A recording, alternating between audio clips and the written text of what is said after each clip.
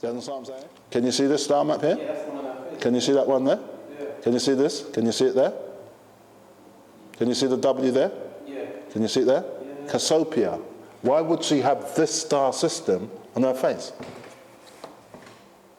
But I know that Taurus is over here, the bull, yeah? But throughout this constellation, you see, can you see these two stars here? Yeah. Those two stars are called the kids. What kids is she leading astray? Your kids. She is the nanny goat.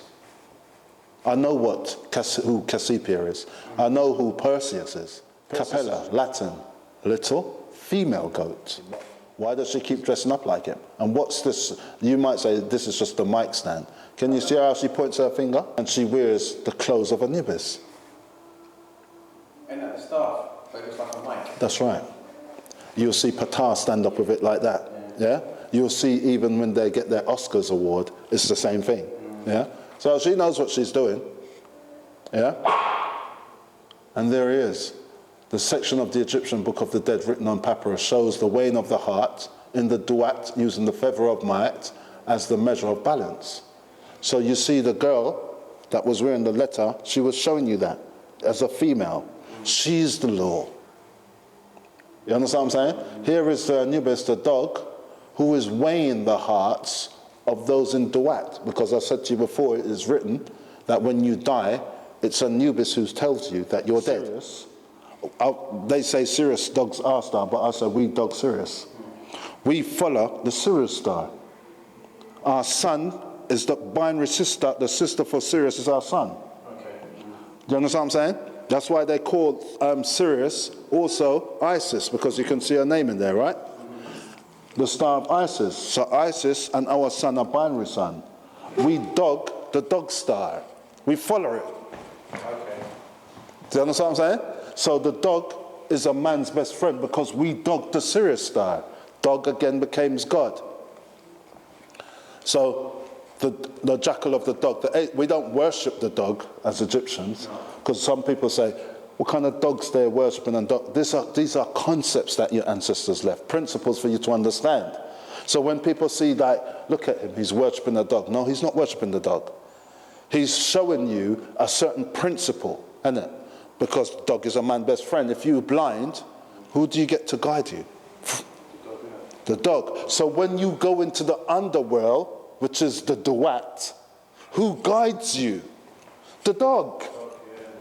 Because you're blind in the underworld. You're not seeing no more with the physical eyes.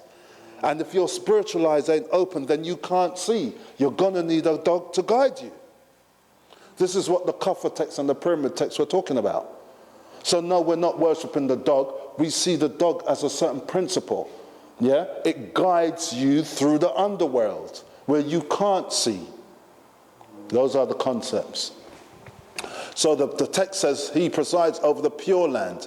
He sets you as the morning star in the middle of the field of rushes. Now, wasn't Lucifer called the morning star? Yeah. Wasn't Jesus called the morning star? Yeah. What is the morning star? The morning star is Venus. Do you understand what I'm saying? It's one of the brightest stars in the sky. Venus is Isis. And that's why I showed you last week when you see a lot of the entertainers going with their mouth. Why? Because the mouth represents Mercury. So therefore, if you're listening to a master, you quiet and you listen with the law of Saturn. Saturn, Jupiter. Listen twice as much, speak as less. You understand? I see that. So there, the jackal was strongly associated with what? Cemeteries in ancient Egypt. Why? Because the jackal has a tendency to dig up the grave and expose the dead corpse under it. That's what the jackal is, correct? Since it was a scavenger which threatened to uncover human bodies and eat their flesh, the distinctive black color of Anubis did not have to do with the jackal per se, but with the color of rotten flesh and with black soil of the Nile Valley, symbolizing rebirth. Thank you. So when we see these concepts, we understand it. We're not saying that the God is dog and he's the creator of the universe. Nobody can tell you who the creator of the universe is. I don't care if you use Allah. I don't care if you use Jehovah. I don't care if you use Jesus Christ. Whatever God you use, you cannot describe God in your current corporeal condition. Do you understand? So when you're giving God a name, where did you get that name from? You keep saying God is Jehovah because it says Jehovah in Genesis, but then Moses was the one who wrote the 5 books of Genesis. And then when you go back into Moses, when Moses first met God, and he said, what is your name? God said, I am that I am. What did that say he said he was? If he is the I am, I, A, am. That's what he said, right? I am the I am. I am in Latin means to come. I,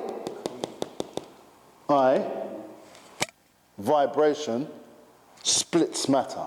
This is what I just said. Once it splits matter, I becomes A. It's the cardinal points for A. When you look at the Ankh, yeah? The way it's formed, isn't it? The way it's formed like that, yeah? Then these two interrelation poles becomes the I. Do you understand what I'm saying? This becomes the O. This is where they get the alpha and omega from. This is what I'm talking about. So vibration splits the I into duality and gives you the A. So you have the A and the A. The I splits into duality, gives you the A. The A, then, how do we get the M? The M is matter, mother, which is symbolized by the O. Endless matter, and that is the top of the Ankh. It represents the mother, because this represents endless matter. So the endless matter, which is vibrating through sound, splits the I into duality, so you get the A. I am. You understand what I'm saying? Witness of the Stars. You should get this book. Huh? Yeah, because I'm looking for the purple one, innit? And I can't see none like that. The purple got it. No, man, you can get this. But I know when I hold up these shit, they'll take them down. But this is what I was showing you. Can you see this looking like a serpent talking to the woman? Yeah. Because this woman here is Virgo. So that's Mary, innit? This is where they say Eve, the serpent was talking to Eve. Yeah? So, coma, here we have Bootis. So this is Mary. This is the child, and this is her husband Joseph. The carpenter, Bootis. And in Bootis is what? Arcturus in his foot. One of the brightest stars. So I said to you again, for Arcturus and his sons. Arcturus and his sons. Arcturus is in the constellation of Bootis. Why was God talking about these constellations? It's right there in your Bible. Right there in your Bible. Yeah. So if God is saying it, why is he talking about these constellations? Why is he talking about Arcturus? What's Arcturus and his sons? It's in Bootis, I know that much. Because they're talking about constellations. Not a living serpent that's in some garden talking. This is all to do with the stars. I haven't even gone into this yet. And show you what this is about. Yeah? You can see the scales of Libra right here. Literally. These are stories of the stars. You can see this serpent here called Draconis, where you get Dracula from. Do you understand what I'm saying? August downwards. He takes up a third of the stars in heaven. And this is why when it's going down to Western, it said that old serpent who fell to earth. Because Draco is going down. It's Western. But it's nothing to do with no devil. Do you understand what I'm saying? This is how, and the constellation is called Draco. You can Google these things up. It's nothing long. It's on the pole star, the northern celestial pole. He sits there, occupying it. And then after 2,000 years, he moves. So that's why they said, and the devil wanted to rule, and they give you all of these stories like, and he did this and he did. No, it's the pole star. It's the Draco. It's the serpent in the pole star. The Egyptians knew it. We all knew it. You'll see some pictures of the cat cutting up the snake. Why the cat? Because the cat can see in darkness. And the cat is cutting up the days, the dark nights, lengths. You understand? We'll charge you £30, £40 to go there. Well, you won't come here. But look, this is an old African tradition. Remember those things I was showing you, that girl earlier from the Hamar tribe? Yeah. Because she's from the Hamar tribe. Can you see that on his stomach? The scars. Same tribe. Do you understand? And the Hamar, Ham, Ra. Because Ham just means black. That's why they call him Ab, Ra, Ham. So all I need to do really here is just add the Ab. Ab, Ham, Ra. The serpent. It goes right along Regalus in Leo. Because the story when Jesus was carried up to the mountains by the devil, and the devil told him that if you're the Son of God, throw yourself from the rock. Christians know this story. That's an old story. That's an old story. That's a story of Heru and Set. When Set brought Heru up into a mountain. And then you're repeating it in your Bible like it's law. When I can show you that's an old story. And this is what the old philosophers were telling them. All of these stories that I'm reading in your Bible, read my man here. Malchus, who they call today Porphyry. He was telling them, Porphyry, in his work. All of these things that you're coming up with are old news. We've heard them before. That's Saturn.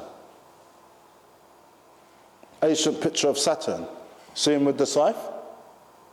Yeah. Remember how did they show you the devil? They're always showing you, or the Grim Reaper, with his scythe, right? Coming to take your life. But he's not chopping off your head with the sign. He's just telling you that Saturn, Chronos.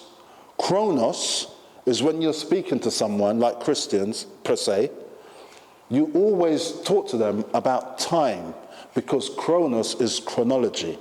Okay. So therefore, if they come and say, Jesus said this, you say, hold on a minute, what time was it? Circa BC what? Because we're dealing with Saturn. The law of Saturn is time. So you have to tell me by chronology, what era are you talking about? Because only then can we ascertain what time of history you're talking about. That's right, yeah. That's why when they keep saying Moses went up against the Pharaoh, and again, hold on a minute, what time was that?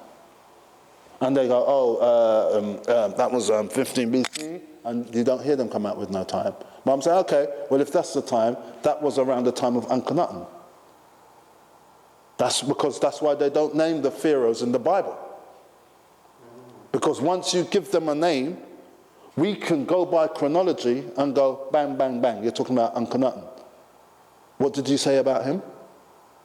They can't. So they just said, and the pharaoh said, but I just showed you through the metaphysical Bible that the pharaoh means son. The word pharaoh. You understand what I'm saying? The sun. S-U-N, son. So Saturn, Chronos, sitting on the serpent, which is Hydra, is none other than Saturn. Chronology, time, Chronos.